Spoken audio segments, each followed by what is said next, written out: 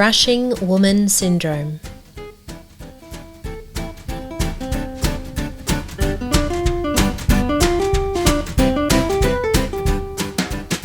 Hello everyone, welcome to Signpost for Living with Dr. Kirsten Hunter. Hello gorgeous, how are you? Hello, I'm good, how are you? I'm good. We have gorgeous Taylah Teschner here, and she is a naturopath, because I can say that. Yes, nailed it. The other word? Naturopathy. Haven't got that yet. I'll stick with naturopath. And we are talking about rushing woman syndrome. Now, is that a well-known phrase? Am I the only person on the planet who doesn't know it? Or like how is this, what is this? I feel like it would be one of those things that if you've dabbled into health, natural health, well-being, self-care journey, learning more about stress and how to fix that, you'd probably have heard about it, maybe, Right. But it's not necessarily, it's not probably well known. It's not just me. But it would also be something that you would apply to a lot of people you know. Yeah. So it's like that's the, I suppose, fancy name for it, but I reckon you would know a lot of women like this. Absolutely. And I love that I don't know what we're going to talk about with the detail of it. It's fantastic. Surprise. Yeah. Okay. So tell me a bit about this rushing woman syndrome and how this comes into you've got a private practice, people walk through the doors. How is this your world? What does this mean? What does it mean? It means it's actually an area that I feel very passionately about, and it's an area that I think I want to delve into further, or I suppose help more people understand what it is. But it basically means it's the concept of the busy modern day woman. Go. The woman who's trying to do it all. The woman who is trying to get that career goal. They're trying to be a good wife. They're trying to be an excellent mother. They're trying not to traumatize their children in the meantime. They're trying to eat well. They're trying to exercise 6 days a week. They're trying to socialize. They're trying to maintain a household. They're trying to do it all. And it's then that spiral that I see that, becomes that health issue. So they then turn up in the clinic because they're doing all these things and they go and they're doing it. And now why do I feel so tired all the time? And why can't I sleep? And why are my hormones bad? And why can't I have children? Or, there's so many other things that can, come into that. But it's about the woman, the do-it-all woman that I think has to at some point realize that you actually can't do it all well. Something's going to break. It's usually the woman. So then trying to get them to prioritize themselves. And I imagine if there's a belief that I should be able to do all these things really well, and then they are collapsing from all of that, all of the pressure and all of the plates in the air, I guess, that within that even be a sense of failure. Yes, because they're comparing themselves to the Instagram account that woman or that mother who looks on the surface on the little Instagram tiles that they're doing it all. But I bet you, again, if you ask them how they are, that's really not the reality of it. So it's that constant comparison to other women that, we should be doing more, you could be doing better. Why aren't you doing that? Why aren't you cooking all the meals from scratch? And why aren't you using your food not organic? Why are you going for the packet food? Why can't you, be an excellent woman at work but also be a wonderful wife and not be snappy? It's just something has to give, yeah. And why are we talking about women, not men? Because that's a good one. I think really I'm biased because, well, A, I'm a woman, but B, I see predominantly women in clinic. I also hear the conversations that women have with me around the expectations they put on themselves, and then I've had men who, come in and I ask them the same questions and it's the same problems except the expectations and what they carry is different. And I don't know why that is, but that's what I experience, is that the woman, it's just it's a massive pressure that they've applied to themselves for some reason or another, society, family. It's more represented with women. Yeah, and maybe they're better at talking about it. That's a good point. Yeah. But I think we have to go back really in time, hey? Yeah. If we go back to the 1940s, 1950s, 60s, sadly when women, it was presumed that if you had children you wouldn't have a job. Correct. So when are you going to stop working because you're pregnant or you're going to get pregnant? Childbearing age. That's right. So, and also, women didn't have the vote. Women didn't have financial independence if they needed to leave the relationship with children, so they were incredibly bound and powerless. Yes. With regard to choice. So we've moved, thank goodness, from that era to women, well and truly getting into the workforce. It sounds so weird to say that, and education-wise, and obviously there's still difference in pay. There's still a really distorted distribution of females in certain jobs and males in certain jobs. Yeah, it goes both ways. Yeah. But with that, it is women can do anything. And they should be doing everything. Right? Yeah. Yeah. So there's still that desire to be the mother, which is great. And there's still the desire as the female to be, prized with her looks. Have it all on the outside surface, looking good, size 8, perfect. But meanwhile, suddenly doing the, 50, 60 hours a week and not having all of that time. And so it's almost like, well, I'm finding really hard to get this second hat, but I'm still keeping my first hat. But I've got one head. Yes. And don't get me wrong, there's a tremendous amount of, huge portion of the male population that are very domestically inclined. Totally, and yes. well and truly in parenting. Yes. But there's a different quality, isn't there? Yeah, and I think it also has often. Often. Yeah. And I think that's not against anything. That's not against men. It's not their fault. It's just that's how it is. It's an ingrained quality in women to be in that feminine, feminine energy, to be the homemaker, the provider of the home, and to make that look good and raise the children and have all the things on the surface looking great. And then to be a good wife and to be a good friend, but also then turn around and go to work, and then internally they're dying. They're internally struggling, really struggling. Yeah. And I either see the woman then who presents in that state, they're in it, they're in the middle of it, and I've got to try and educate them as to where they are and why this is happening, because they feel like they're failing. That's why they're there. They're like, well, my body's now failing me. I'm failing myself because I can't do it all. Why can't I do it all? Or they're on the other side of it where they've just done that for way too long and now they're in burnout. Yeah. And now they have nothing left to give. How would you define burnout? Burnout, as a matter of symptoms, is usually the unrelenting fatigue. It's poor sleep. It's cravings. It's lightheadedness. It's low libido. It's knowing you, anxiety. It's bowel issues. It's probably bowel issues for sure.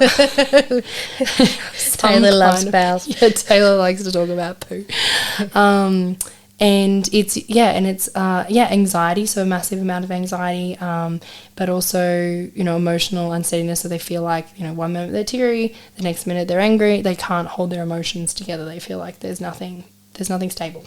And psychologically really feeling a lot of negative self-talk. So much. Really losing that connection with themselves, that sense of their capacity, feeling quite isolated. Yes. Like they are the only ones in the world going through it, but that's actually, like, the reality is that's like every other woman. But no one, because there's a weakness, no one wants to talk about it.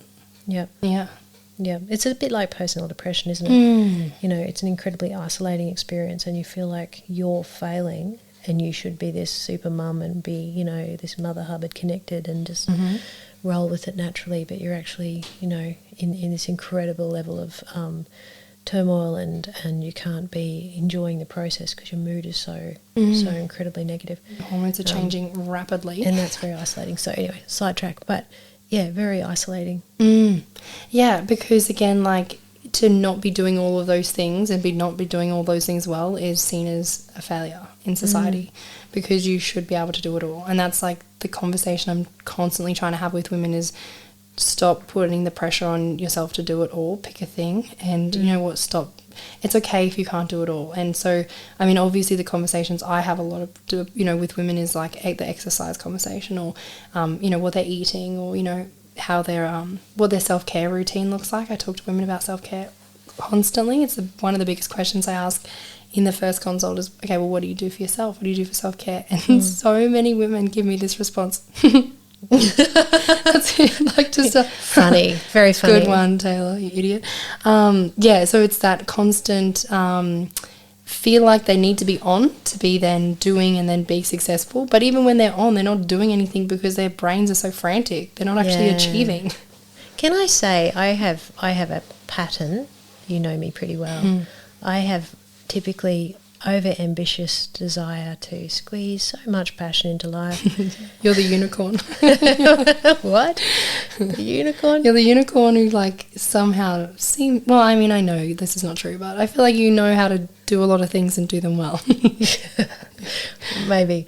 And I tend to push, but I'm also having fun. I'm a kid in a candy store, but I'm also pushing really, really hard, overly ambitious, and if it can be done, it should be done. And go. And sometimes there's a lot of stress on top and things that are not fun as well on top. And then I feel in my body the burnout. And it is when I have a personality lobotomy. Is that the right word? It's where I'm not myself anymore. And I don't have my can-do, it'll be okay attitude. And I'm not good company for myself, and I'm obviously really drained with energy, and I have to not think about important issues because my view will be negative. Yeah, too much. Yeah, my view will be very kind of despairing, and not rational. And I think one of my strengths is I'm very in tune with myself. You're aware. That's right. So it's not about not having burnout. For me, I haven't mastered that. When you do, let us know. Get back to us. Thanks. Well, it's about really capturing where I'm at, and I communicate very much. I say to beautiful John, and I say to my loved ones, I'm not okay. I'm really hit a wall. I've overdone it. I'm highly overwhelmed. I'm not okay. And now I'm going to sleep, usually. And this is how I'm going to fix it. Yeah, sleep, go walking, put down tools, just drop tasks for a while. Just tune in and just be like, you know what, this is where I'm at right now. But you also know you'll come out of it. Absolutely. Yeah. And I catch it quickly, and so I usually can come out of it in a couple of days. But then my problem is that I then jump on so quickly again. That doesn't sound like you. But I think one of my positives is that I do a lot of things I enjoy. Yeah, and if it brings joy, even though I'm pushing hard. It's perception. I'm a little bit manic. Yeah, but that's a strength. But it's perception, because I was having a conversation with a woman the other day, and like on the surface, if you took her case, to me it was like, oh my gosh, she's in that fight or flight, like she's stressed, she's in the go. And I said to her, like, how do you feel like you are? She's a teacher, she's got 3 kids, she's got a husband, they live out of town, they got a property, and so they're doing a lot. She's got a lot of, balls in the air. And I said to her, like, how do you feel like you are? And she was like, I'm good because I love it all. Like, it all brings me so much joy, and I love this and I love it. And I was like, again, look, most women would roll their eyes at that point and be like, no, you don't.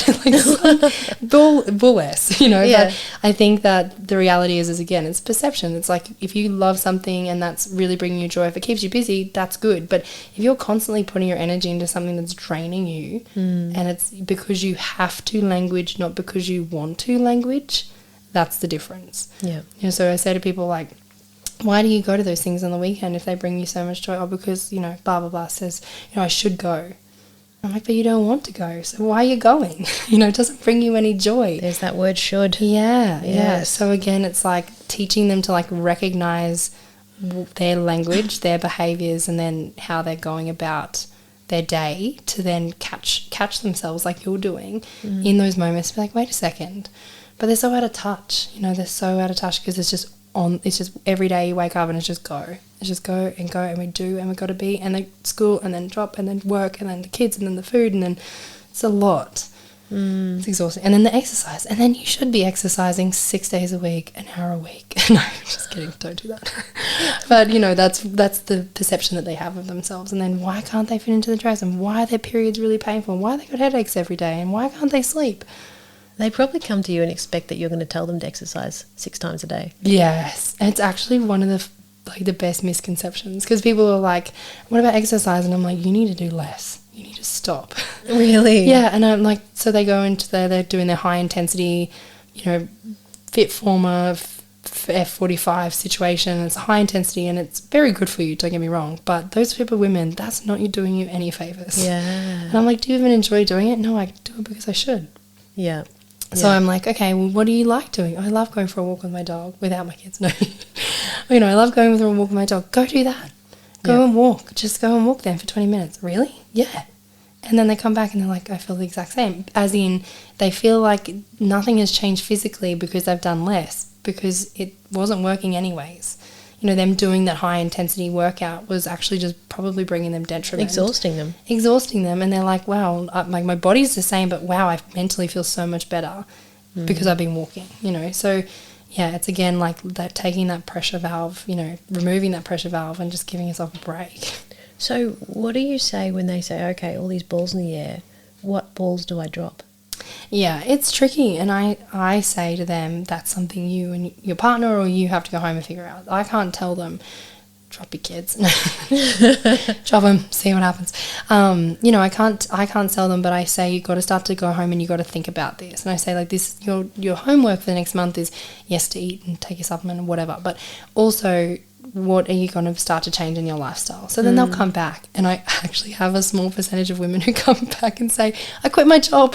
Oh, really? Yeah, they're like, I quit. And I'm like, what? And I'm like, is that a good thing? And they're like, no, it's the best thing that ever happened. I feel so much better. Or they'll say, oh, you know, I've gone back to 2 days a week and I don't know why I was trying to push myself at 5 anyways. And I mean, that's a luxury, of course, but whatever it is, you know, like women go away and they think about it and they make such good change, and you can see the lightness, like the light in them, you know. It's like this, it's a different energy because they just stopped putting that pressure on themselves. They were just doing it because they felt like they should, not because they had to.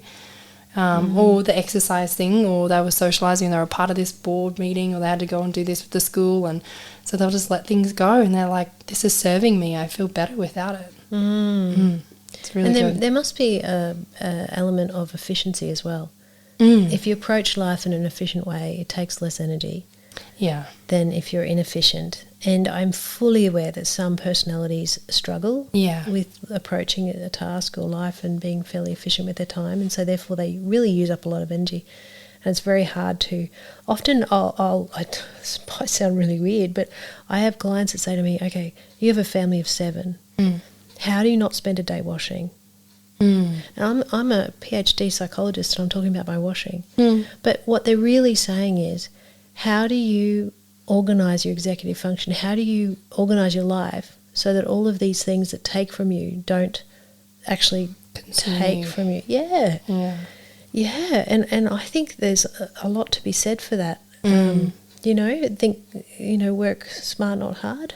Yes, and some people don't have the ability to do that, and I'm flawed at that. Like, the amount of times I feel like I've had this conversation with you and I'm like, what do you do? Like, tell me your secrets. And then you'll be like, Taylor, you got to schedule this from here to here. And then I pass that information on. I say, okay, this wise woman once told me that on a Sunday I'm only allowed to do housework from 8 till 12. And then all of a sudden I'm really productive because I've set like this time thing, you know, to it. So I'm like 8 till 12. Okay, right, 8 till 12. That's my 4 hours. I've got to get A, B, and C done. I get all this stuff done. Wild. And then from 12 onwards, this wonderful lady, Kirsten Hunter, told me that I have to do things for joy. And so then I'm like, okay, 12 o'clock, you're not allowed to do anything productive. So it's great because otherwise... Unless it's joyful. And then, so before I was spending the entire day doing things that I could have done in those 4 hours, but I was letting all of the energy of that day consume me, being like, I've got all this stuff to do. Definitely could have got it done in 4 hours, but I just procrastinated the hell out of it. Yeah. And so I think scheduling, but learning your type again though, like, and knowing that that's how you function is actually okay. You know, so it's like, we'll just acknowledge it and then work with that. And then if you do things better in hour increments, or you can't do things like, you know, as well as that, then that's okay. So then just finding a system that works. Yeah, roll with what works for you. Yeah. I'm a very aesthetic person, and I like to make things look nice. Yeah. But I'm not. I'm actually really. I'm not. It doesn't. I don't know if I can explain that, but I'm not overly into image and looks. But I'm into natural beauty. I don't know if that makes sense, but anyway. So I'm not fussy. What I'm trying to say. So if I need to clear a space, I will think, okay, what's something I can functionally change about this space? And I find that really inspiring. I reorganize and I restructure something, and then suddenly I have all this natural energy. Yeah, that came from that. From this genuine desire and passion, and I can whoosh, do all this stuff, and I actually energize from it. And so it's a way that I would know to use my personality. Yes. Whereas if I was to approach and go, I should go and sort this and clean this, drain me terribly. Yes. So if I'm making something better, I actually energize, and I'm a machine. Yeah, And so if I have like this crazy bench, for example, I'll go outside and I'll get some flowers. I'll put it in the middle of this crazy table, and then my personality goes, oh my gosh, I want to make the rest of the table beautiful. Pretty. Yeah. And then there I go, make it all sorted, and I'm doing it in a process that's giving me energy. Yes, I understand that. So I think it's really working how you tick. Yes. And work with that. And once you get those skills, those techniques that work for your personality, yes, you can kind of, it's almost like knowing how to kind of, master the stallion, I guess. Like how does this work? How do you tame yourself? That's right. Yeah. It is. It truly is. Yeah. Because I think, again, if you're applying your personality type to another person who doesn't work like that, then you're always going to fail. So again, you're just like, I can't do anything. I suck. Yeah. There's a negative self-talk straight away instead of just recognizing, like, I think one of the best things I ever did was I finally just accepted I'm not a morning person. Like, I'm done with it. That's fantastic. I let it go. I just let it go. I was like, you know what, Taylor, stop setting your alarm for 5:30, 6 o'clock and think you're going to get up and get 10 things done before 7. You're not. Just stop it. And I let it go, and now my whole life has changed. I won't tell you I got up at 4:45 this morning. Yeah, I know. You're the unicorn. And planned our itinerary for Tasmania. How do you go at night time, I booked whitewater rafting this morning at 6 a.m. Yeah, see, I dislike you that you are so efficient for that. But you know what? I've still just let myself go. I'm like, you know what? It's fine. I'm not that person, Taylor. You'll organise it at 6:10 at night because I'm better at night time. So I've just acknowledged it and I've just tuned into it. That's it. And then I gave myself a break. Otherwise I felt like I was failing. There you go. Yeah. Yeah, no, it's really working with yourself, hey. And I don't get me wrong, I've got many areas I drop balls. And I think, and again, your awareness is key. And that's honestly what the main conversation is with women is stop and just give yourself 10 minutes a day. And that's what I say to people, 10 and 1. That's my rule. 10 minutes a day, 1 hour a week. We'll take these podcasts, for example. We drop these every Sunday. Yeah. If there's illness, it's Monday. Yeah. That's purely John. John's personality is that he's very, very structured. And he will follow through, and if there's a system, that's what we've signed up for. We apply the system. If it was up to me, we'd be having some here, some there. So you've just acknowledged that. Absolutely. You're like, it's fine. Yeah, the podcast algorithm would not like me at all. So that's John's strength. Yes. So he's like, right, we so need to drop. outsource. Yeah, let that be 100%. outsourced. Yeah. Yeah. But again, it's a connection with yourself. And so if you're doing all the things and you're running and you're going and you're doing it, you actually haven't given yourself at any moment in that entire week just a self-check-in to then think, okay, whoa, what am I doing? You're just on that little hamster wheel. Well, let's kick over to a side issue. We might have talked about the Protestant work ethic. Yeah, I feel like this is familiar, but yes, tell me about that before. So that's back pre-Victorian era kind of thing, where religion was very much part of the value system and had a lot of control in society. And if you were working, you were godly and you would go to heaven. If you were not working, then you were being slothful and you were sinning and you would go to hell. And you were a bad person and you had great reason for guilt. What does this feel like? We're talking about every woman now. And you were not valued. Yeah. You were not valued. And it was a wonderful way for the aristocrats to be able to control the working class. So anyway, that's all through our Western society. Absolutely. And that's why, it's like, oh, how are you? How are you? Oh, I'm busy. So I'm good, right? So because I'm busy. Yeah, I'm busy. So I'm value. You're valuable because I'm busy. Yes. Which is a statement that doesn't say anything, but it really says, I'm impressing you because I'm busy, or I'm having your sympathy because I'm busy, but it's actually a good thing. Yeah. So, and when people feel like, oh, I should I shouldn't relax. I should go because there's jobs to do. I should get up and keep doing. I see something I should do. I should go do that. Yeah. And they can't put down tools. They can't relax because there's something that they should be doing. So inherent to that is a sense of their self-worth if they're doing and they should get everything done, and a sense of guilt if they put down tools and they have leisure. So guilt for leisure. Oh, the leisure thing, and the art of doing nothing and then actually being fine with that and accepting that is actually very, very good for you. Yeah, it's just it's not lazy. It's not lazy. I mean, I think of it as, sediment in a glass, sand in a glass, and it's letting all the sand settle so that then you're grounded and you're clear. Yes. Yeah. And so if you haven't given yourself that time to settle and ground and clear, then how do you do things well? How do you go about your week? It's just mayhem. You're just the sediment. Yeah, that's right. Well, you're absolutely murky, aren't you? Yeah. And you're rolling around. You're all upside down, inside out, and very, very lost. And so that might be through sitting and reading. It could be for me gardening or painting or writing. Find your thing. It could be for me reorganizing something that makes me feel happy. Yes. Or it could be going out and having a glass of wine with a friend, or sitting out the back and having a cup with hubby. Yeah. So whatever it is that kind of gives you that kind of quietness. Yes. Stillness in your brain for 5 seconds to check in with you. Yeah. So then you can acknowledge if you're in that burnout phase or you're in the fight or flight. And I said, there's no right way of self-care. And I think a lot of people think like, oh, I should be meditating. And I'm meditating. You've just said that. You've really just taken everything that really applies and just ripped out. And there's nothing. And meditating is quietening the brain. Yeah. It's quietening the mind. Yeah. It's focus. And so it has to be a gift you're giving yourself. There's no shoulds. Yeah, it's quite sad because, most women, I have to like literally write on their prescription under lifestyle, please take 10 minutes a day for you. This could be meditation, reading, sitting on the grass with a cup of tea, journaling, whatever you choose. Like there's no, again, like I'm not going to tell you what to do.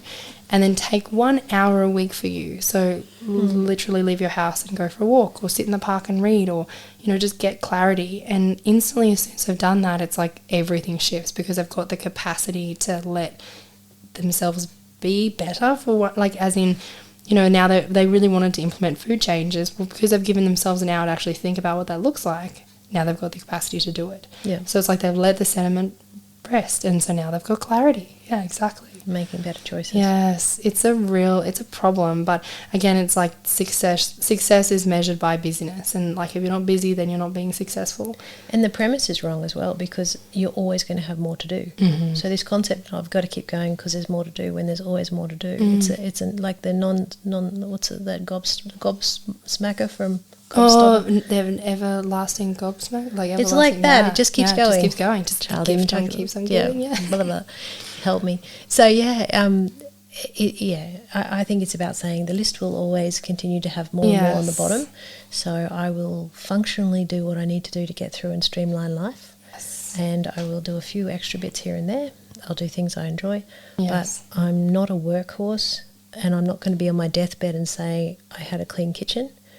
No one cares. I had my washing done, or I was a workhorse, basically, and I just stayed on this treadmill and went around and round and round. I'm so glad that I did that extra load of washing on that one Sunday instead of going outside and spending it with my kids. No, it's about being enjoying life. Yeah, absolutely. And it's like little dopamine rushes that people get from like quick ticks, like done the washing tick, followed the washing tick, cooked dinner tick, like little small dopamine rushes that like really don't amount to anything because it's like quick satisfaction, it's very rewarding, I guess, to our brain to be like, we're doing all these things, but like, what are you really doing, and how much have you actually filled your day with things that actually give you a proper dopamine rush and you actually really enjoy? Like, not very often do people, I think I've had 3 women I've ever said in clinic, wow, like, your self-care routine is actually really, really good. Well done. Yep. And they're usually the woman who's like, you know what, I just let it go. Like, I just decided I'm just going to do more things for me. I need that time, and I'm a better mama and a wife for it. And that's usually then that they've found that out, but you've just got to get to it. But it's also some women say to me, oh my God, don't tell me to go and do 10 minutes because it's another thing that I've got to add to my list of things this week. You know those lamps that you can wear on your forehead? Yeah. My family are used to me wearing that in the dark, walking around the backyard. We've got an acre. And I'm gardening in the dark. If John doesn't take a photo of this and send it to me next time it happens, I'll be so disappointed. Sometimes it's slightly rainy. Your Christmas cards should have that on front of it. Because, you know, I love it's like if something's really enjoyable, you'll make it happen. It doesn't matter. I love that. But it's like looking at the world through the eyes of a child, you know, like you're excited. You're so excited for this thing, but like no one has that joy. Yeah. So find the thing and then hone in on it and actually do that thing because it'll fill your cup and all of a sudden you're better at all those things you felt like you had to be better at. You're just better at it anyways because you're just giving yourself a break. You're giving yourself permission to just be you and then watch all the magic happen. Yeah, so it's just, and it's so much about awareness. I just think awareness is everything in the situation, just taking... And values. Yeah, what do you value? Yeah. Awareness and values, self-care, prioritising yourself.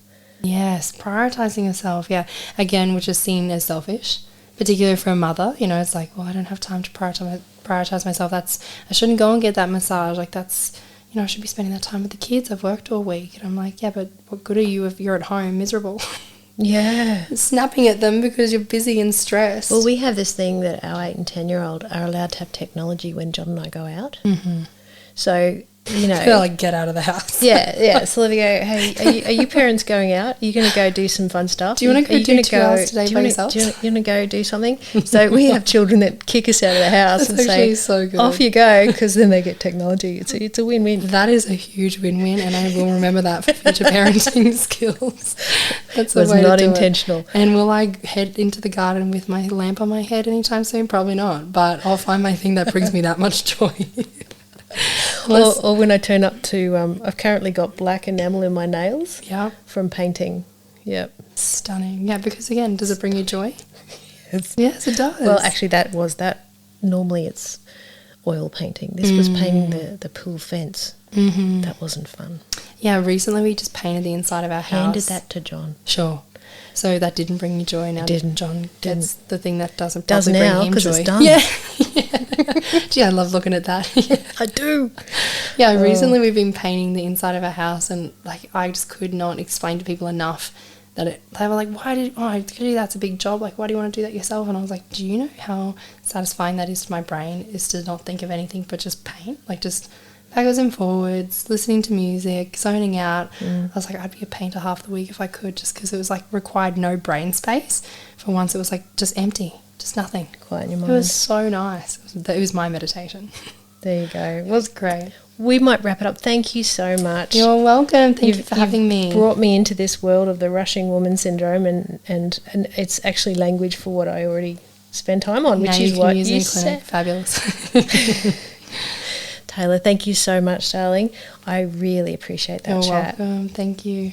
So everyone, if you want to catch me online, we've got KirstenHunterAuthor.com, the website. We've got Facebook and Instagram, Kirsten Hunter Author. Twitter, Kirsten Hunter AU. Don't know if that's AU for author or AU for Australia. Oh yeah, good point. Handy. And then we've got the YouTube, Psych in Your Car, and here we are on Signposts for Living with Dr. Kirsten Hunter. And what do I say at the end? Like, comment and share. I've got to write that down, seriously. Yeah, you got to get the lingo. So lost. Thanks, darling.